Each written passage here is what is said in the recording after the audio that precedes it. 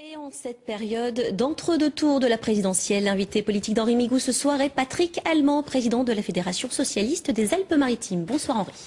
Bonsoir Alain Noissard, Patrick Allemand. Bonsoir. On va d'abord parler du score local du Parti socialiste, en tout cas de François Hollande dans le département. Donc au premier tour, il est arrivé 3e. La dynamique nationale n'a pas forcément sa répercussion au niveau local. Comment vous l'expliquez? Vous aviez dit que vous attendiez de bons scores, notamment sur Nice. Oui, non, je suis pas d'accord avec vous. Tout simplement parce que lorsqu'on regarde la progression de François Hollande par rapport au score de Ségolène Royal en 2007, eh bien, on a strictement la même dans les Alpes-Maritimes, c'est-à-dire plus de points et demi. Donc il y a exactement la même dynamique. Traditionnellement ici, depuis 20 ans, on sait que lorsque le Parti socialiste est très haut nationalement, il y a environ entre 8 points et 10 points de décalage ici. Donc il y a rien de nouveau, mais le score est conforme à nos attentes. Est-ce que ce ne serait pas justement l'occasion de dire que ces 10 points dont vous parlez, vous dites que vous êtes dans les clous, parce qu'il y a 10 points de moins généralement qu'au niveau national. Est-ce que ce n'est pas justement le moment de dire qu'il faudrait peut-être qu'il y ait moins que 10 points entre l'écart national et l'écart local? Mais bien sûr, mais moi ce que je regarde, c'est que le total de la gauche progresse de 5 points, et ça c'est très encourageant, à la fois dans la perspective du deuxième tour d'élection présidentielle et pour les élections législatives qui vont suivre. Alors dans le département, le Front National est arrivé 2e, parfois 1er dans certaines villes, dont certaines villes socialistes. Vous ne récupérez pas ce que perd Nicolas Sarkozy au niveau local. Est-ce que vous ne mésestimez pas depuis un certain moment le poids politique du Front National dans les Alpes-Maritimes? Alors certainement pas, puisque j'avais alerté déjà tout le monde là-dessus au moment des élections cantonales. Donc j'ai bien vu à ce moment-là le changement de nature des électeurs du Front National.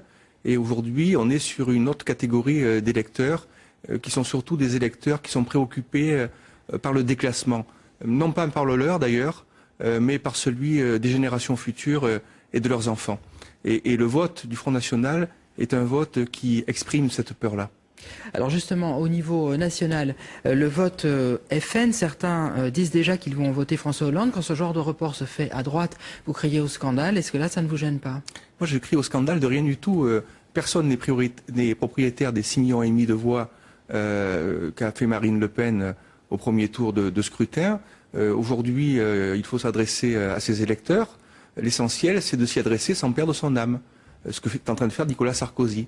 Nous, par contre, quand on s'adresse à ces électeurs pour leur dire il y a un projet politique qui permet de relancer la croissance, et qui permet de combattre le chômage, qui permet de donner des perspectives d'emploi à vos enfants, puisque la jeunesse est au cœur des priorités de François Hollande, donc avec les emplois d'avenir, avec le contrat de génération, avec d'autres mesures, l'éducation notamment, eh bien moi je n'ai pas le sentiment, en faisant ça, de perdre mon âme en adressant à des électeurs qui n'ont pas choisi François Hollande au premier tour.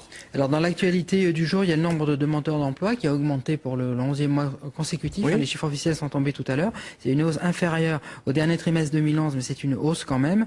Si François Hollande est élu, qu'est-ce qu'il faut faire là tout de suite, au lendemain du 6 mai, pour l'emploi? Eh bien, il l'a dit très clairement depuis le départ, il faut absolument renégocier le mécanisme européen de stabilité qui a été signé par Nicolas Sarkozy avec Angela Merkel.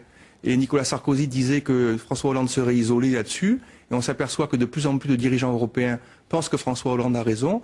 Hier encore, les Italiens et même la droite italienne l'a dit. Et aujourd'hui, on a presque le sentiment de l'inverse. C'est Nicolas Sarkozy qui se retrouve isolé sur sa logique d'austérité. Alors un mot sur le 1er mai, on en a parlé hier avec Christian Estrosi qui était à votre place. Nicolas Sarkozy appelle à une manifestation pour le vrai travail. Est-ce qu'il y a des vrais travailleurs d'un côté et des faux travailleurs de l'autre? Non, mais c'est conforme. La fin du quinquennat est conforme à tout le quinquennat. C'est-à-dire que Nicolas Sarkozy n'a pas arrêté de dresser les Français les uns contre les autres, les chômeurs contre les salariés, les citoyens contre les élus. Et aujourd'hui, ce serait les vrais travailleurs contre les faux. C'est quoi les faux travailleurs? C'est ceux qui défilent le 1er mai habituellement, c'est la fonction publique qui est visée, c'est les policiers qui défilent sur leur bannière syndicale, c'est les enseignants qui défilent, ce sont les ouvriers de Grandange qui vont défiler également le 1er mai. Si c'est cela, les faux travailleurs pour Nicolas Sarkozy, eh bien je lui souhaite bon courage. Est-ce que selon vous, François Hollande devrait défiler aux côtés des syndicats ou est-ce qu'il faut qu'il garde une position neutre, entre guillemets? Moi je pense que la position de la gauche a toujours été de défiler aux côtés des travailleurs le 1er mai.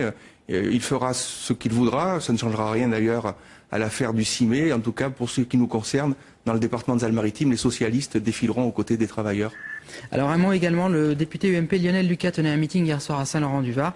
Il a comparé la campagne de François Hollande, Valérie Trierweiler à un Rottweiler. Beaucoup de condamnations à l'UMP. François Hollande vient de dire, c'était il y a quelques minutes, qu'il souhaitait que Nicolas Sarkozy condamne ses propos. Quelle est votre réaction? Mais j'ai demandé la même chose à Christian Estrosi. J'attends d'ailleurs